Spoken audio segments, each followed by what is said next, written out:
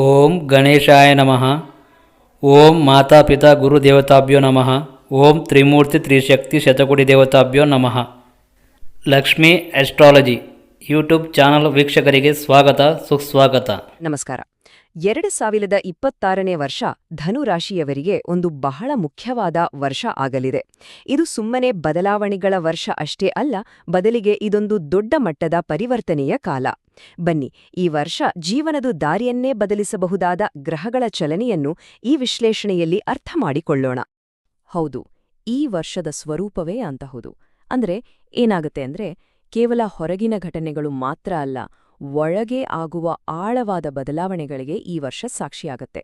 ಇದು ತಮ್ಮ ನಿಜವಾದ ಸತ್ಯವನ್ನು ಕಂಡುಕೊಳ್ಳೋ, ತಮ್ಮನ್ನ ತಾವೇ ಹೊಸ್ದಾಗಿ ನೋಡಿಕೊಳ್ಳೋ ಒಂದು ದೊಡ್ಡ ಪ್ರಯಾಣ. ಈ ವರ್ಷದ ಕೇಂದ್ರ ಬಿಂದುವೇ ಇದು.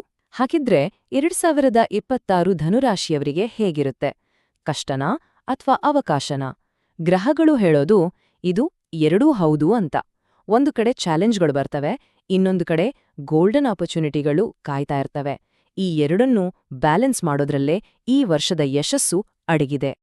ಸರಿ, ಹಾಗಿದ್ರೆ ಬನ್ನಿ ಈ ನಿರ್ಣಾಯಕ ವರ್ಷದ ಒಳಗೆ ಇಣುಕಿ ನೋಡೋಣ. ಈ ವರ್ಷ ಯಾಕಿಷ್ಟು ಸ್ಪೆಷಲ್ ಅಂದ್ರೆ, ಮೂರು ಪ್ರಮುಖ ಗ್ರಹಗಳು ಇಡೀ ವರ್ಷದ ಕಥೆಯನ್ನೇ ಬರೆಯುತ್ತಿವೆ. ಅವುಗಳ ಆಟವನ್ನ ಅರ್ಥ ಮಾಡ್ಕೊಂಡ್ರೆ ಸಾಕು, ಈ ವರ್ಷವನ್ನ ಸುಲಭವಾಗಿ ನಿಭಾಯಿಸಬಹುದು.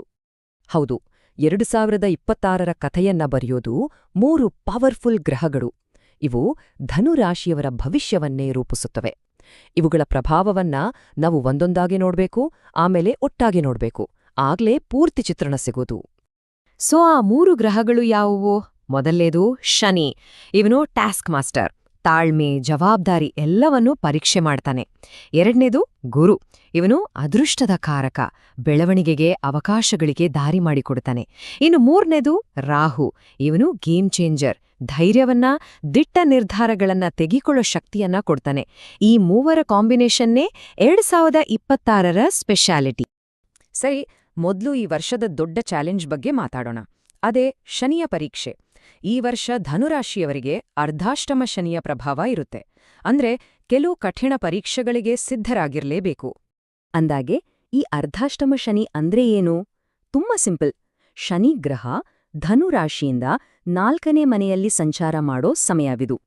ಈ ಟೈಮಲ್ಲೇನಾಡತ್ತೆ ಅಂದ್ರೆ, ನಮ್ಮ ಒಳಗಿನ ಶಕ್ತಿಯನ್ನ, ನಮ್ಮ ತಾಳ್ಮೆಯನ್ನ, ನಮ್ಮ ಜವಾಬ್ದಾರಿಗಳನ್ನ ಎಲ್ಲವನ್ನೂ ಶನಿ ಪರೀಕ್ಷೆ ಮಾಡ್ತಾನೆ. ಹಾಗಿದ್ರೆ ಶನಿಯ ಪ್ರಭಾವ ಎಲ್ಲೆಲ್ಲಿ ಜಾಸ್ತಿ ಇರುತ್ತೆ?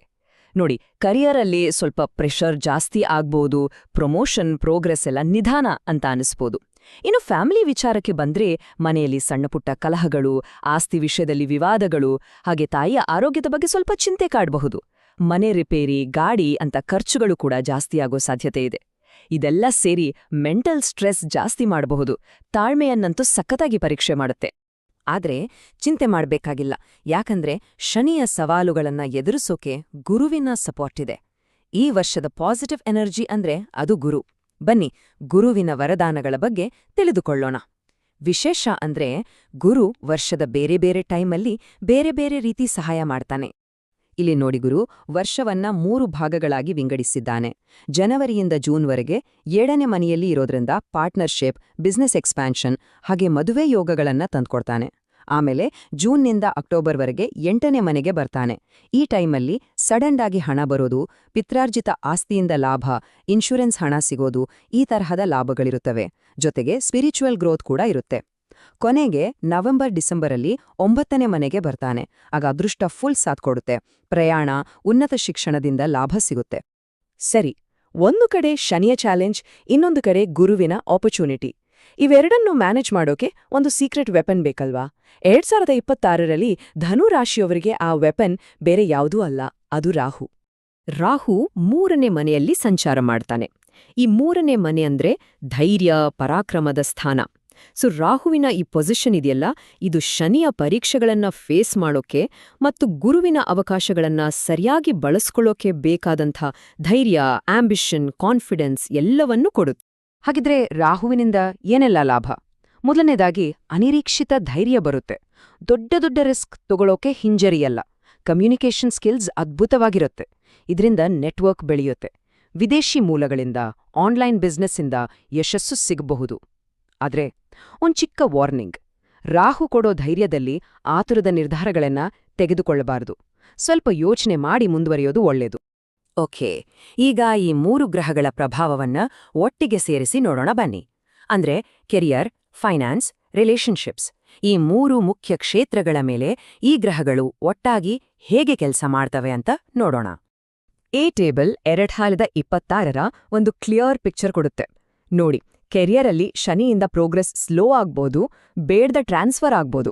ಆದ್ರೆ ಗುರುವಿನಿಂದ ಪಾರ್ಟ್ನರ್ಶಿಪ್ ಗ್ರೋತ್ ಇರುತ್ತೆ, ರಾಹುವಿನಿಂದ ದಿಟ್ಟ ನಿರ್ಧಾರ ತಗೊಳ್ಳೋ ಧೈರ್ಯ ಇರುತ್ತೆ. ಇನ್ನು ಫೈನಾನ್ಸ್ ವಿಚಾರದಲ್ಲಿ ಶನಿಯಿಂದ ಮನೆ ಕುಟುಂಬಕ್ಕೆ ಖರ್ಚು ಜಾಸ್ತಿ ಆಗ್ಬೋದು, ಆದ್ರೆ ಗುರು ಹಠಾತ್ ಲಾಭವನ್ನ ತರ್ತಾನೆ, ರಾಹು ಹೊಸ ಸೋರ್ಸ್ಗಳಿಂದ ಹಣ ಬರೋ ಹಾಗೆ ಮಾಡ್ತಾನೆ. ಸಂಬಂಧಗಳಲ್ಲೂ ಅಷ್ಟೇ, ಶನಿಯಿಂದ ಫ್ಯಾಮಿಲಿಲಿ ಸ್ವಲ್ಪ ಒತ್ತಡ ಇದ್ರೂ ಗುರು ಮದುವೆ ಯೋಗವನ್ನ ತರ್ತಾನೆ, ರಾಹು ಆತ್ಮವಿಶ್ವಾಸದಿಂದ ಮಾತಾಡೋ ಶಕ್ತಿ ಕೊಟ್ಟು ಎಲ್ಲವನ್ನೂ ಸರಿ ಮಾಡ್ತಾನೆ. ಜ್ಯೋತಿಷ ಅಂದ್ರೆ ಬರೀ ಭವಿಷ್ಯ ಹೇಳೋದಲ್ಲ, ಅದೊಂದು ರೀತಿ ಗೈಡ್ ಇದ್ದಾಗೆ, ಒಂದು ದಾರಿ ತೋರಿಸುತ್ತೆ. ಈ ಗ್ರಹಗಳ ಎನರ್ಜಿಯನ್ನ ಬ್ಯಾಲೆನ್ಸ್ ಮಾಡಿಕೊಂಡು ಈ ವರ್ಷವನ್ನ ಯಶಸ್ವಿಯಾಗಿ ದಾಟಲು ಕೆಲವು ಸರಳವಾದ ಪರಿಹಾರಗಳೂ ಇವೆ. ಈ ಪರಿಹಾರಗಳು ಯಾಕೆ ಬೇಕು ಅಂದ್ರೆ ಗ್ರಹಗಳ ನೆಗೆಟಿವ್ ಎಫೆಕ್ಟ್ ಕಡಿಮೆ ಮಾಡಿ ಪಾಸಿಟಿವ್ ಎನರ್ಜಿಯನ್ನ ಜಾಸ್ತಿ ಮಾಡ್ಕೊಳ್ಳೋಕೆ. ನೋಡಿ, ಶನಿಗೋಸ್ಕರ ಶನಿವಾರದಂದು ನಿರ್ಗತಿಕರಿಗೆ ಕಪ್ಪು ಎಳ್ಳು ಅಥವಾ ಊಟವನ್ನ ದಾನ ಮಾಡಬಹುದು. ಗುರುವಿಗೋಸ್ಕರ ಗುರುವಾರದಂದು ವಿಷ್ಣು ಸಹಸ್ರನಾಮ ಪಠಿಸೋದು ಮತ್ತು ವಿದ್ಯಾರ್ಥಿಗಳಿಗೆ ಸಹಾಯ ಮಾಡೋದು ಒಳ್ಳೆಯದು. ಇನ್ನು ರಾಹುಗೆ ಹಿರಿಯರ ಆಶೀರ್ವಾದ ಪಡೆಯೋದು ಮತ್ತು ಪ್ರಾಣಿಗಳಿಗೆ, ಅದರಲ್ಲೂ ನಾಯಿಗಳಿಗೆ ಆಹಾರ ನೀಡೋದ್ರಿಂದ ಶಾಂತಿ ಸಿಗುತ್ತೆ. ಇದರ ಜೊತೆಗೆ ಪ್ರತಿದಿನ ಮಂತ್ರ ಪಠಣ ಮಾಡೋದ್ರಿಂದ ಮಾನಸಿಕ ಶಕ್ತಿ ಸಿಕ್ಕಾಪಟ್ಟೆ ಹೆಚ್ಚಾಗತ್ತೆ.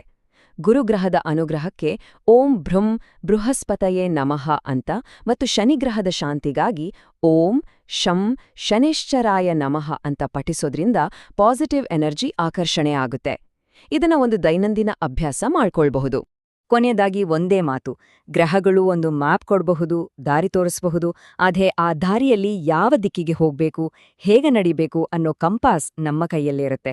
ಸವಾಲುಗಳನ್ನ ಧೈರ್ಯದಿಂದ ಎದುರಿಸಿ ಅವಕಾಶಗಳನ್ನ ಬುದ್ಧಿವಂತಿಕೆಯಿಂದ ಬಳಸ್ಕೊಂಡ್ರೆ 2026 ಖಂಡಿತವಾಗಿಯೂ ಧನು ರಾಶಿಯವರಿಗೆ ಒಂದು ಯಶಸ್ವಿ ಮತ್ತು ಜೀವನವನ್ನೇ ಬದಲಾಯಿಸೋ ವರ್ಷ ಆಗೋದ್ರಲ್ಲಿ ಸಂಶಯವೇ ಇಲ್ಲ.